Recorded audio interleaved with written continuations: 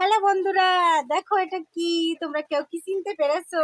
দেখো, তো আমাদের পাট তলিয়ে গিয়েছে, জল হয়েছে, বৃষ্টি হচ্ছে প্রচুর, থামছে না। আষাঢ় মাস তো বৃষ্টি তো হবে, আর তলিয়ে যাচ্ছে সবকিছু। এই দেখো, তোমার দাদাভাইকে বলেছি কটা পাট শাক নিয়ে আসছি, আর নিয়ে এসেছে কতগুলো আগাগুলো কেটে কেটে নিয়ে এসেছে। পুরো আগা থেকে কচি কচি জালি জালি কেটে নিয়েছে। দেখো কত সুন্দর, তাই না? টাটকা টাটকা পাট শাক। কে কে খেতে ভালোবাসে অবশ্যই কমেন্টের মাধ্যমে জানাবে।